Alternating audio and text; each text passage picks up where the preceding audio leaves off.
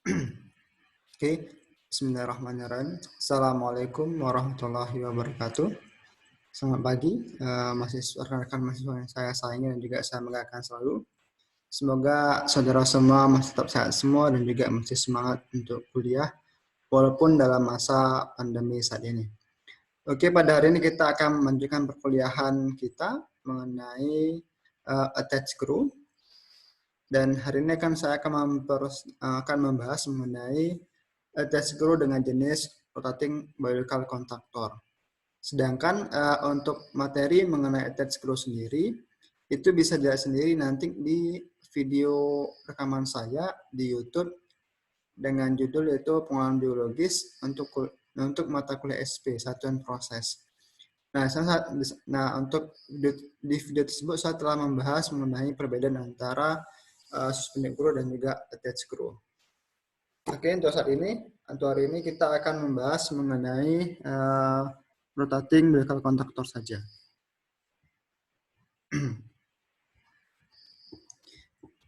Oke, nah untuk referensi saya gunakan saya gunakan saja. Yang pertama itu menggunakan buku Musodama Said tahun 2002 mengenai teknologi pengolahan air limbah, teori dan juga aplikasi. Ini menggunakan bahasa Indonesia. Buku ini cukup bagus, silakan untuk digunakan untuk keperluan sendiri dan juga referensi untuk mata kuliah lainnya.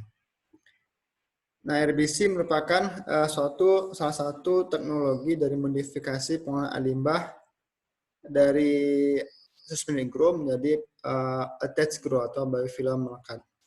Nah, di sini perbedaannya adalah untuk RBC itu menggunakan teknologi seperti drum yang berputar pada sebuah poros, yang mana pada poros tadi terdapat suatu disk atau suatu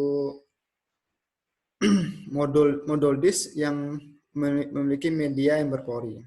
Nah, biasanya media tersebut memiliki karakteristik yang berbeda-beda. Rata-rata media untuk RBC tersebut itu terbuat dari media plastik, baik itu berupa polyvinyl chloride atau polyvinyl ethylene dan juga polypropylen ethylene dan yang lainnya. Nah, biasanya karena dia berbentuk seperti drum, maka modul atau media tadi memiliki diameter yang cukup besar. Itu rata-rata diameternya antara 2 hingga 4 meter. Dengan setiap disk tadi itu memiliki poros pada ketebalannya, dan satu media biasanya akan melekat pada satu poros. Nah, nanti media tadi akan berkumpul, akan tersusun pada satu poros, sehingga membentuk panjang poros yang rata-rata itu bisa sekitar 4 hingga 8 meter. Tergantung dari beban pengolahan nantinya. Kemudian bahwasanya dalam RBC ini tidak semua bagian dari media tadi atau modul tadi itu tercelup atau terendam dengan air limbah. Itu hanya sekitar 40% dari diameter dari modul tadi akan tercelup dengan dalam air limbah. Hal ini berfungsi untuk agar suatu media tadi hanya satu bagian yang akan terendam dan bagian lagi akan bisa berkontak dengan udara sehingga terjadi suplai oksigen atau udara ke dalam media, dan bakteri atau biofilm pun tetap bisa mendapatkan suplai oksigen secara alami tanpa perlu adanya suplai oksigen buat tambahan dari sistem revisi tersebut. Tapi memang beberapa treatment RBC juga memiliki suplai oksigen tambahan untuk membantu dalam proses nitrifikasi. Nah, kecepatan karena ini berupa drum, maka ada kecepatan putaran sekitar 1 hingga 2 rpm. Nah, hal ini akan mempengaruhi kecepatan suplai oksigen ke dalam biofilm, dan juga agar menjaga si biofilm tadi tetap merekat pada media. Kalau tercepat putarannya akan berpotensi untuk menyebabkan terlepasnya si media dari lepasnya biofilm dari media. Dan untuk RBC rata-rata itu jarang sekali itu hanya berupa satu stage atau satu RBC. Nah, rata-rata RBC di sini memiliki 2 stage atau lebih. Karena apa? Biasanya state ini akan mempengaruhi, jumlah state akan dipengaruhi oleh beban pengolahan, dan juga tingkat efisiensi yang ingin kita harapkan. Semakin panjang state-nya akan kita gunakan, maka berpotensi untuk semakin besar beban pengolahan kita akan kita olah, dan juga efisiensi pun juga akan semakin tinggi. Dan beberapa RBC juga memiliki gabungan antara proses pengolahan untuk organik, BOD, COD, plus juga nitrifikasi untuk nitrogen. Nah, yang terpenting dari RBC ini adalah bahwasanya luas permukaan dari RBC ini diharapkan sangat besar. Itu rata-rata sekitar 10.000 meter persegi hingga lebih. Atau dalam buku lain sekitar 180.000 feet persegi. Nah, sehingga di sini diharapkan dengan luasnya permukaan tadi, maka area kontak antara bakteri atau biofilm dengan si L5 pun juga akan semakin besar, maka berpotensi pengolahan limbah pun juga akan menjadi lebih tinggi efisiensinya. Nah, ini adalah konsep gambar RBC, yang mana tadi saya informasikan bahwasanya RBC tadi itu biasanya posisi aliran air limbahnya itu akan searah dengan putaran atau berlawanan arah. Dan juga arus air limbah tadi akan masuk membelintang, jadi ini dia masuk membelintangi si air limbah masuk nih, drumnya akan membelintangi si drum dari RBC tadi. Nah, di sini air limbah tadi akan si RBC akan tercelup sekitar 40%, dan ini akan berputar. Nah, di sini ada beberapa item. Yang pertama ada influennya, kemudian ada cover untuk RBC-nya, dan ada buffer untuk pembatas antara state 1 dan state berikutnya. Kemudian di sini akan ada motor, ini ada poros, ada motor yang digunakan untuk menggerakkan si poros tadi. Nah, biasanya ketika RBC tadi akan bergerak, ini pada saat di atas adalah merupakan zona ketika dia akan berkontak dengan udara. Sehingga ada suplai udara masuk ke dalam rongga-rongga si RBC, dan kemudian ketika dia jatuh, saat ini adalah si bakteri tadi akan memanfaatkan waktu untuk bereaksi antara air limbah dengan udara yang mereka dapatkan. Sehingga di sini diharapkan ada proses secara aerobik dan secara proses secara fakultatif atau anoksik istilahnya.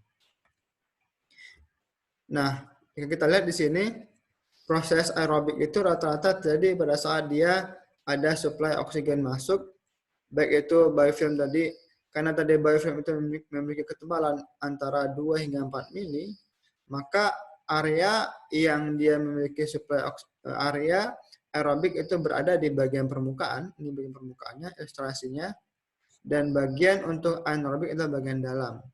Sehingga di sini terjadi dua proses, di mana terjadi dua proses reaksi, secara aerobik menggunakan oksigen yang ada dari suplai dari udara bebas tadi, maka akan menghasilkan CO2, dan juga si anaerobik tadi pada proses bagian biofilm anaerobik, maka akan juga melepaskan beberapa senyawa lain seperti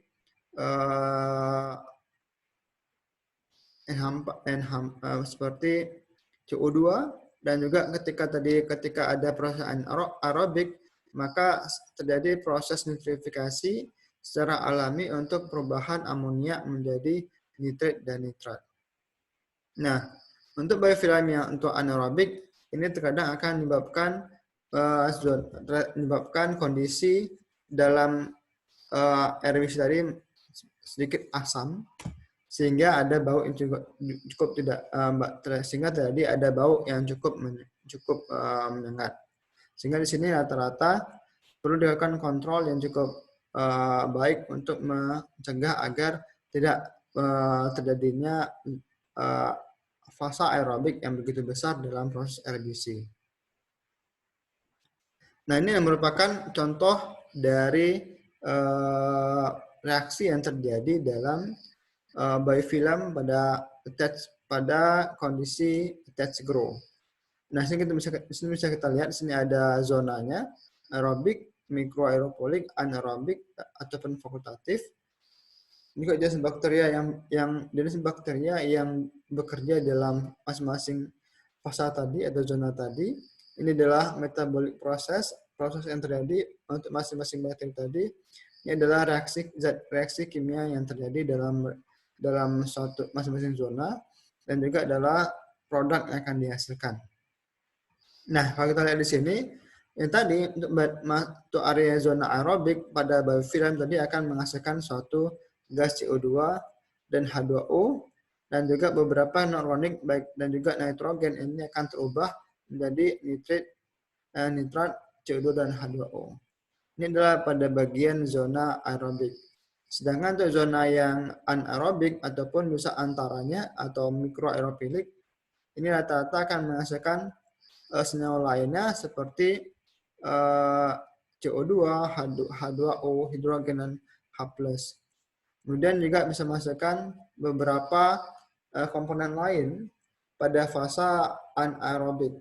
Yang mana pada fase anaerobik ini berpotensi untuk menghasilkan gas H2S yang merupakan perpasan dari senyawa sulfur yang terbentuk dalam proses anaerobik. Oke.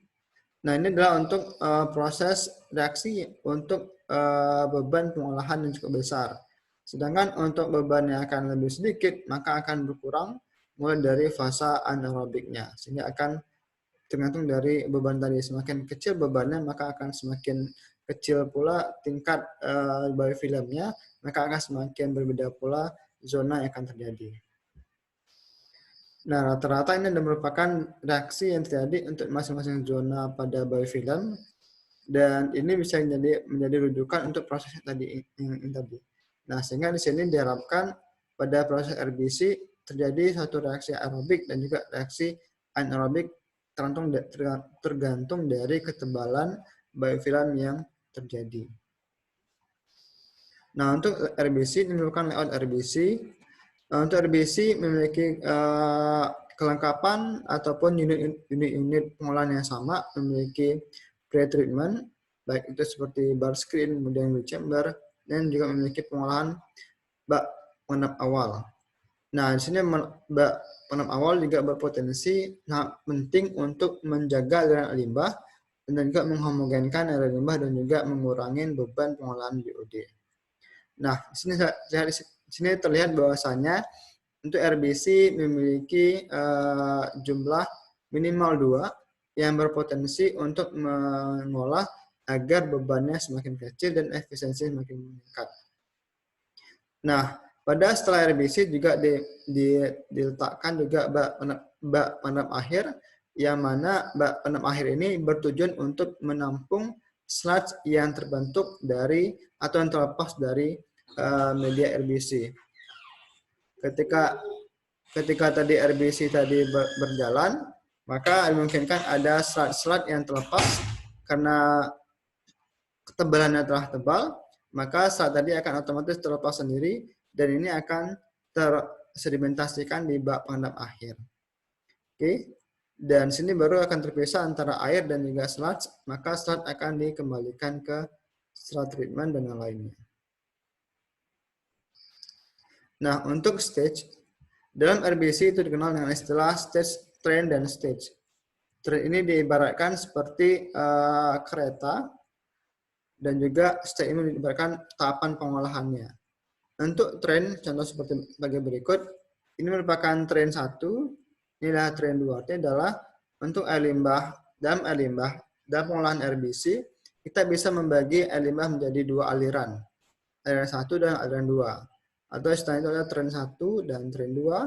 Sedangkan untuk stage-nya adalah merupakan tahapan pengolahan 1, pengolahan 2, pengolahan 3, sampai pengolahan 5. Nah, masing-masing stage ini memiliki efisiensi yang berbeda dan memiliki beban pengolahan yang berbeda. Sehingga di sini kita akan menghitung berapakah volume masing-masing si RBC dan berapakah beban pengolahan yang akan dihilangkan dan juga bagaimana efisiensi masing-masing state tadi. Nah, rata-rata biasanya yang paling sering digunakan itu adalah suatu gabungan pengolahan antara degradasi BOD dan juga degradasi nitrogen menggunakan nitrifikasi. Sehingga di sini untuk jumlah step-nya pasti lebih dari 2. Karena kalau 2 itu rata-rata adalah pengolahan untuk BOD saja. Dan untuk pengolahan nitrifikasi, terkadang kita menambahkan step tambahan. Seperti halaman berikut. Ini adalah contoh staging dalam pengolahan RBC, yang mana efisiensi pengolahan ini akan berpengaruh dengan jumlah stage. Semakin panjang stage yang akan kita gunakan, maka efisiensimu akan semakin makin tinggi.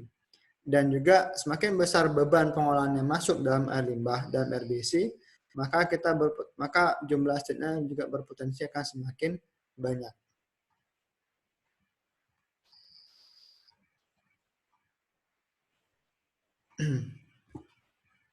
Ini adalah contoh peletakan arah aliran air limbah terhadap posisi RBC-nya.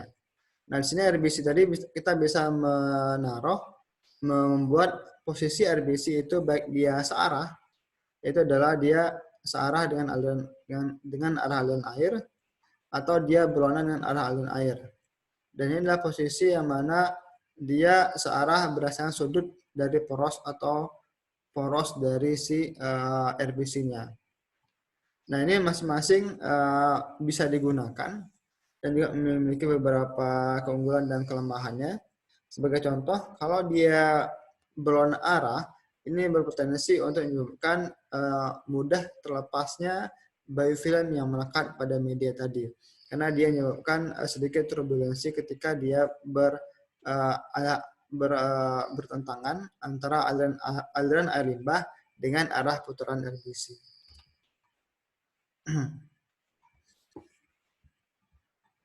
Kemudian ini contoh modul atau media yang digunakan. Rata-rata media yang digunakan dalam RBC merupakan media jenis plastik yang memiliki rongga-rongga.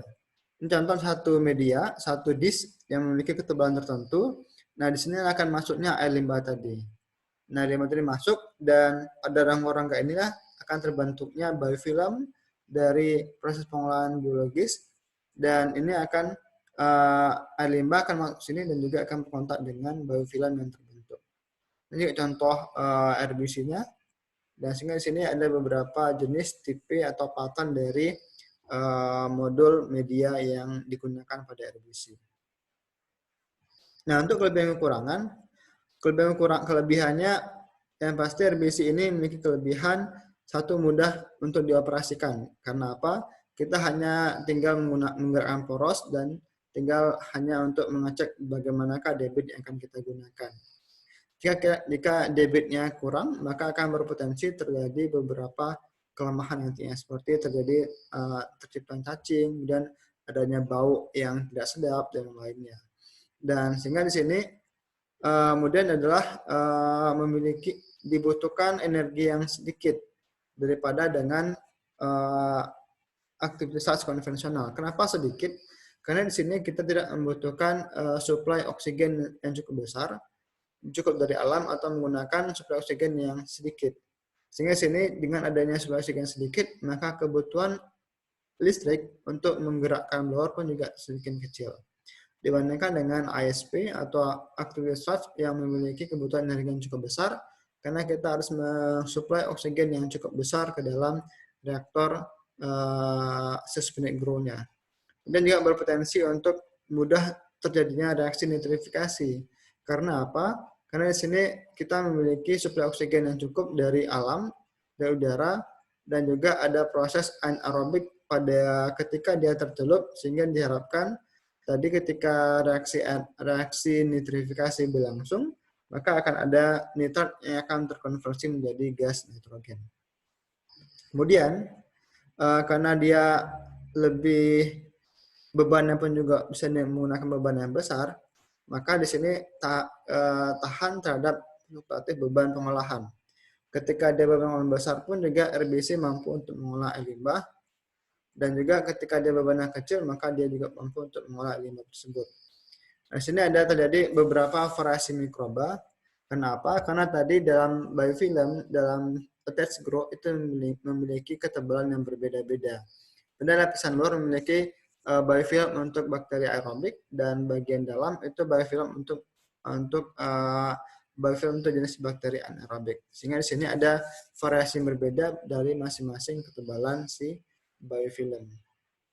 Sedangkan kekurangannya adalah dalam proses RBC, terkadang kita sulit untuk mengontrol bagaimana perkembangan si bakterinya.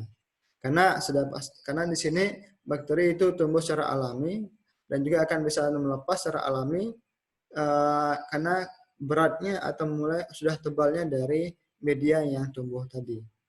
Kemudian juga RBC ini memiliki sensitif terhadap temperatur. Karena apa? Temperatur yang rendah akan menyebabkan proses pengolahannya akan semakin efisiensi makin rendah dan juga terjadinya bau yang cukup menyengat. Dan removal juga bervariasi tergantung dari debit yang masuk tadi, tergantung dari beban pengolahan tadi.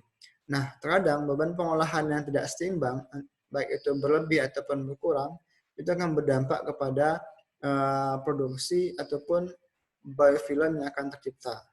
Dan juga beberapa gas yang dihasilkan seperti gas H2S dan juga memiliki berpotensi untuk menyebabkan cacing yang akan tumbuh pada RBC. Nah, sehingga di sini dibutuhkan variasi debit yang konstan dan juga baik itu dia shock loading-nya baik itu BOD-nya tinggi atau mana tidak masalah. Nah, ini adalah contoh hubungan antara beban pengolahan dengan efisiensi pengolahan. Yang kita bisa lihat di sini, untuk mencapai efisiensi sekitar 90%, maka konsentrasi BOD dan beban pengolahannya sebagai berikut. Dengan konsentrasi BOD 300 gram miligram per liter, maka beban pengolahan sekitar 30. Dan 100 gram BOD yang akan diolah, maka beban pengolahan sekitar 10. Artinya adalah kita harus mematok sekitar 90% pengolahan ini adalah, sisanya adalah bebannya sekitar 10% dari konsentrasinya. Ini adalah beban BOD berhubungan dengan efisiensi pengolahan. Nah, sudah di sini bahwasanya semakin besar beban pengolahan yang akan kita olah, maka akan semakin kecil efisiensi yang akan diharapkan. Ini adalah sesuai dengan bahwasanya ketika beban tadi kita naikkan, tapi luas permukaan dari disk atau modul media RBC tadi konstan, maka akan berpotensi untuk berkurangnya efisiensi pengolahan. Kan tapi kita mengurangi beban pengolahan dengan dimensi permukaan dari RBC-nya konstan, maka kita bisa meningkatkan efisiensi dari pengolahan. Oke, ini adalah kriteria desain untuk desain dari RBC. Bisa lihat sendiri, mau dari hydro loading-nya berapa, kemudian berapa organic loading yang akan kita gunakan, dan berapa kandungan baik itu total ataupun soluble organik yang bisa kita gunakan pada masing-masing pengolahan. Dan di sini bisa kita lihat di sini adalah beberapa jenis kriteria yang bisa digunakan. Yang sekunder ini merupakan proses pengolahan RBC hanya tunggal untuk BOD saja atau organik saja. Yang tengah ini adalah gabungan antara organik dengan proses nitrifikasi. Dan nitrifikasi terpisah adalah ketika dia ini proses pengolahan organik selesai, maka berlanjut dengan proses setelah nitrifikasi. Di sini bisa lihat masing-masing berapa jam waktu tinggalnya, dan juga berapa loading dari NH3-nya yang bisa kita gunakan, dan berapa effluent dari NH3. Nah, ini juga merupakan desain atau kriteria desain lainnya yang saya ambil dari buku Lawrence tahun 2009 mengenai biological proses. Nah, sini juga data-datanya bisa digunakan juga, terutama mengenai standar dari surface media dari RBC. Karena apa? Surface media ini kita bisa gunakan untuk menghitung berapakah jumlah disk nantinya yang akan kita gunakan, dan juga berapakah panjang poros yang akan kita gunakan. Dan ini merupakan tahapan desain dalam proses pengolahan RBC. Yang pertama adalah kita akan menghitung berapa beban pengolahan dengan cara rumus debit dikali dengan konsentrasi, kita menghitung berapakah luas permukaan dari rumus organic mass loading rate, yang rumusnya adalah beban dibagi dengan luas area. Dan tadi kita akan dapat luas areanya. Dari luas area kita akan menentukan berapakah nilai G atau kepekatan dari media yang kita gunakan. Nah, nilai G nanti akan saya sampaikan di slide berikutnya. Dan kita ngecek berapakah hydroloading dari si RBC waktu tinggal. Ini kita menghitung berapakah jumlah state dari luas permukaan tadi. Kita hitung berapa diameter disk, jumlah disk, dan juga panjang poros. Lalu kita menghitung berapakah pertumbuhan biofilm dari degradasi organik dan juga nitrogen. Nah, biasanya beberapa buku itu hanya menggunakan nitrogen saja, organik saja untuk menghitung berapa jumlah biofilm yang akan dihasilkan. Nah, saya harapkan bisa saudara juga bisa menghitung berapakah degradasi organik dari degradasi kandungan nitrogen dalam pengolahan RBC dan menghitung kebutuhan oksigen secara alami dan baru mengajar massa. Ini dan tadi kita akan menghitung berapa keberatan media atau G tadi. Kemudian G tadi bisa dihitung dengan cara volume bagi dengan luas area. Nah, G tadi kita bisa menentukan antara 5 hingga 9 liter meter persegi. Semakin tinggi G yang kita pilih, maka akan semakin tinggi proses pengolahan yang kita gunakan juga efisiensi yang diharapkan. Ini adalah merupakan efisiensi yang kita bisa hitung menggunakan rumus berikut. Kira-kira berapakah konsentrasi yang akan dihasilkan pada masing-masing state tadi. Kita bisa menggunakan rumus ini. Dan sini ada Sn, konsentrasi BOD pada stage N, dan berapakah surface masing-masing surface area masing-masing state, dan berapakah debit yang akan dihasilkan. Oke, ini adalah terakhir dari slide-nya. Semoga bisa bermanfaat dan akan ada latihan nantinya di Google Doc. Oke, sekian dari saya. Jika ada pertanyaan, saya akan ditanyakan atau kita bisa diskusi di Google Classroom. Semoga bermanfaat dan juga bisa menambah ilmu saudara-saudara semua. Sekian dari saya. Semoga sehat selalu dan semoga tetap semangat selalu untuk terus belajar. Semoga kita bisa terhindar dari penyakit COVID-19. Sekian dari saya. Assalamualaikum warahmatullahi wabarakatuh.